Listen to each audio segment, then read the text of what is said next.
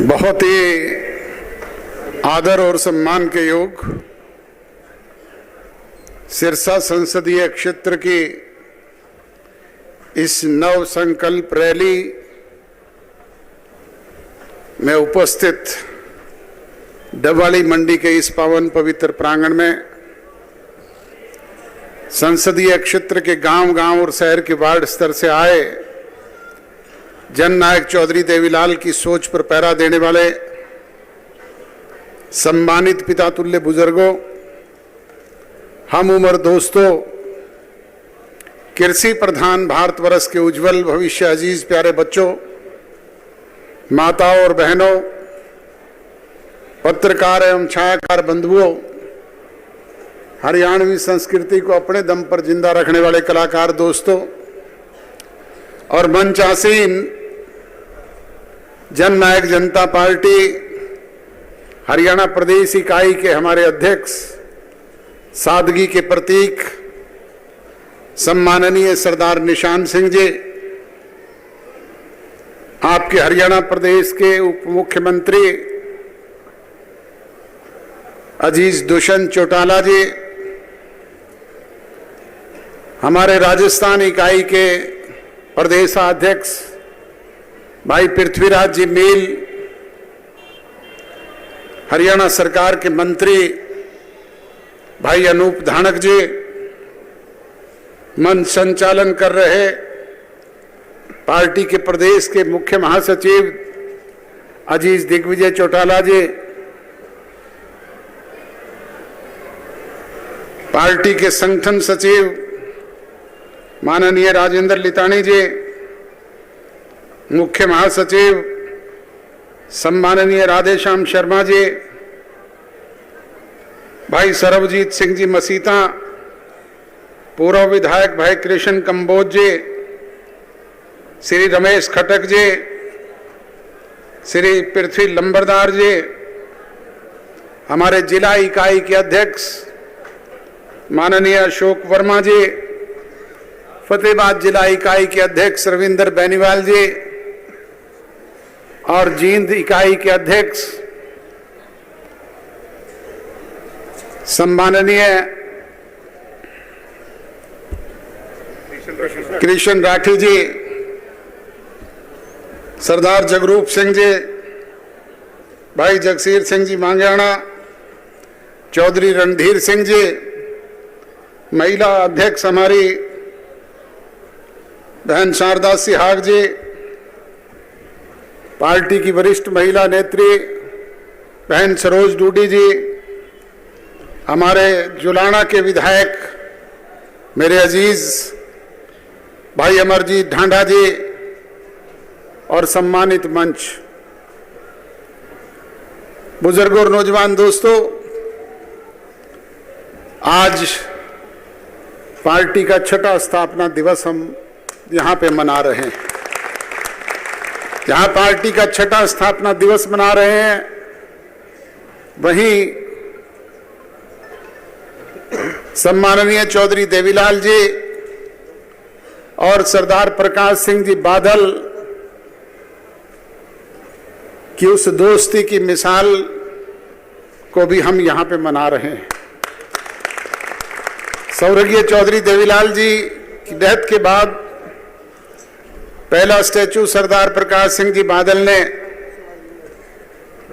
हरियाणा पंजाब की सीमा पे देश के बड़े नेताओं को बुला करके स्थापित करने का काम किया था। और आज सरदार सुखबीर सिंह जी बादल कह रहे थे कि आज इस जगह को पूरा करने का काम आप लोगों ने किया है। सरदार प्रकाश सिंह जी डेथ के बाद देश में उनका पहला स्टैचू कहीं स्थापित हुआ है तो वो चौधरी देवीलाल जी के बराबर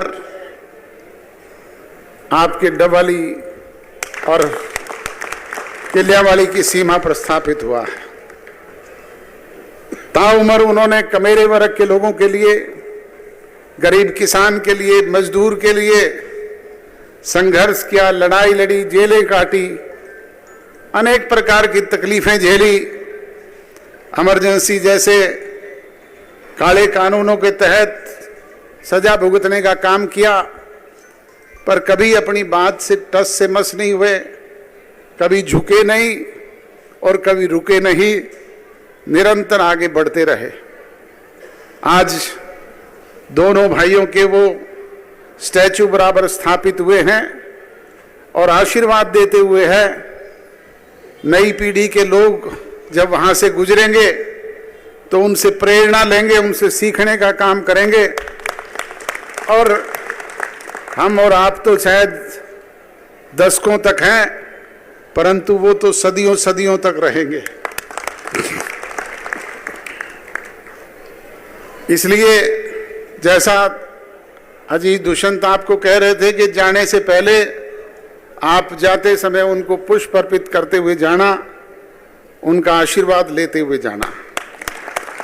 बुजुर्गों और नौजवान दोस्तों, मेरे से पूर्व वक्ताओं ने, पार्टी के वरिष्ठ साथियों ने बड़े विस्तार से सारी बातें आपके बीच में की है। मैं उन बातों को पुनः दोहरा करके आपका समय जाया नहीं करना चाहूंगा। प्रचार प्रसार का युग है। आप लोग रोजाना रेडियो, टेलीविजन, अखबार और दूसरे प्रचार साधनों के जरिए पढ़ते, सुनते और देखते हो। और उससे भी तेज चलने वाली चीज आजकल ये सोशल मीडिया है। ये मोबाइल फोन हर एक की हाथ में है, हर एक की जेब में है, जिससे हमसे भी ज्यादा जल्दी जानकारी पल पल की आप तक पहुंचती है। मिशन 2024 शुरू हो चुका है और जैसा दुष्यंत बता रहे थे कि लोकसभा के चुनाव के तो शेष 100 दिन बाकी है। हमें मिशन 2024 के तहत ये 5वां आयोजन आज दिवाली में आपके समक्ष इस प्रांगण में करने का अवसर मिला है। 5 संसदीय क्षेत्रों के और कार्यक्रम आगामी 100 दिन में हम करेंगे। ये एक जनसंपर्क अभियान है। प्रजातंत्र में जनशक्ति ही सबसे बड़ी शक्ति होती है। सिरों की गिनती से ही ये फैसला होता है कि कौन प्रभावशाली है, कौन बलशाली है। जिस तरीके से आज आप लोगों ने यहाँ अपनी ताकत को प्रदर्शित किया है, इस 100 दिन के बचे हुए समय में आप लोगों ने घर घर जाकर के पार्टी के नीति, कार्यक्रम, प्रोग्राम के बारे में लोगों को जागृत करने का काम करना है, अलख जगाने का काम करना है। ये मंच पर बैठे हुए लोग नहीं कर सकते, ये आप और हम सब मिलकर के कर सकते हैं। इसलिए पार्टी की रीढ़ की हड्डी कार्यकर्ता होते हैं और कार्यकर्ता जिस पार्टी के मजबूत हों उसको पीछे मुड़ करके देखने की आवश्यकता नहीं होती। आज से 6 वर्ष पहले जब हमने जननायक जनता पार्टी की स्थापना की, पुरानी पार्टी के लोगों से कहा, भाई ये झंडा भी आपका, डंडा भी आपका, फंड भी आपका, पार्टी भी आपकी, चुनाव चिन्ह भी आपका, ये 20 विधायक भी आपके, बराए मेहरबानी करके आप इन्हें संभाल करके रखना। परंतु मुझे ये कहते हुए अफसोस होता है कि जिनको हमने सब कुछ सौंपा, उन्होंने 9 महीने में पार्टी को धरातल से सरातल पे पहुंचाने का काम किया। 20 विधायकों से संख्या घट करके 1 पे आ गई। वोट की संख्या 23% से घट करके 1.5% पे आ गई। और दूसरी तरफ आपने 6 साल में जननायक जनता पार्टी का गठन किया था। उस दिन के बाद 9 महीने में ना केवल पार्टी को 10 विधायक चुन करके भेजने का काम किया, बल्कि 17.5% वोट भी आपके आशीर्वाद से मिले। बुजुर्गों और नौजवान दोस्तों, आज उस ताकत को और बढ़ाने की जरूरत है। जो 17.5% वोट थे उनको 51 में तब्दील करने की जरूरत है और वो काम आप कर सकते हैं।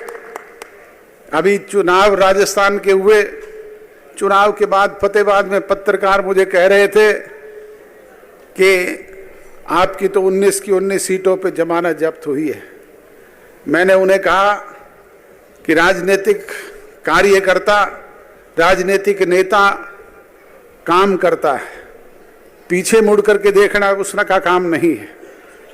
हमें ध्यान है जब 1984 में लोकसभा के चुनाव हुए, 10 के 10 संसदीय क्षेत्रों में हम हार गए।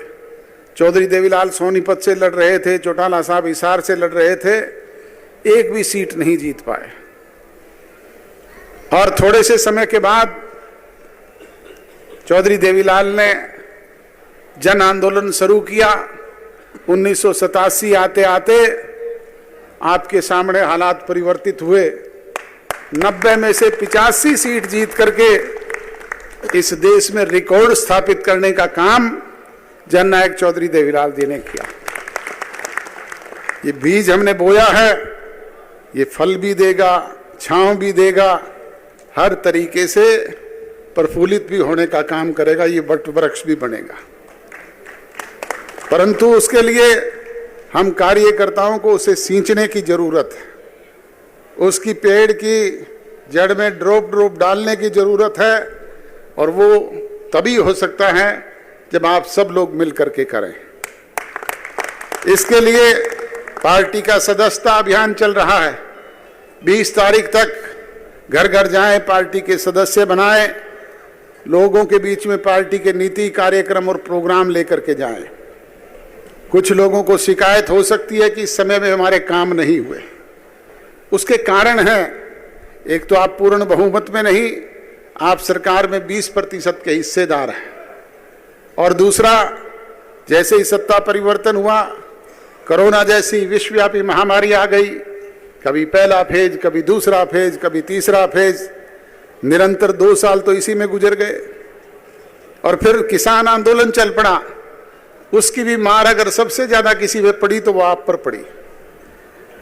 कानून बनाए केंद्र की सरकार ने, लागू करवाने का काम किया सांसदों ने।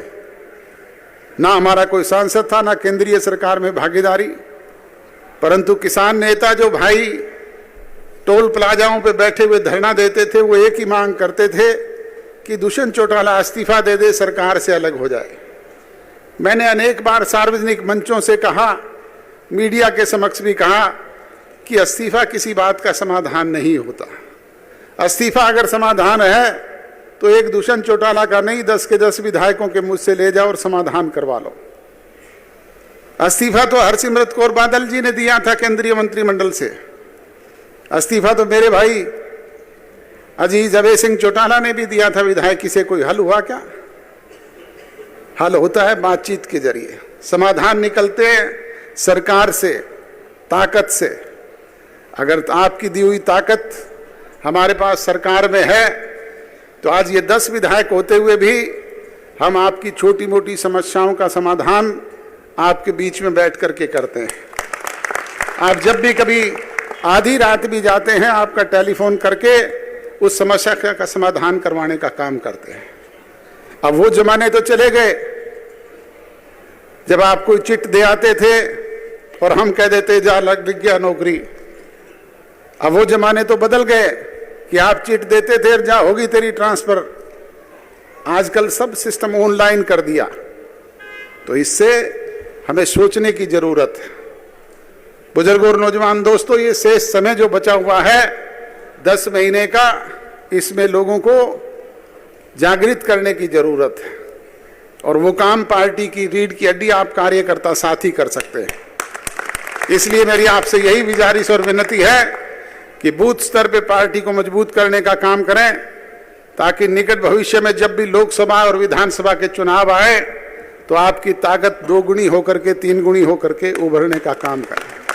यही विनती और गुजारिश करते हुए आप सब लोगों का आभार व्यक्त करूंगा, धन्यवाद व्यक्त करूंगा कि आप अपने जरूरी काम में से समय निकाल करके, आज बहुत सारी ब्याह शादियां भी है, ऐसे समय में भी आप इतनी संख्या में यहाँ पे आए, आप सबका आभार है, बहुत बहुत स्वागत है, अभिनंदन है, अभिवादन है, और पुनः आप सब लोगों का आभार व्यक्त करते हुए धन्यवाद व्यक्त करता हूँ। बहुत बहुत धन्यवाद। जय हिंद।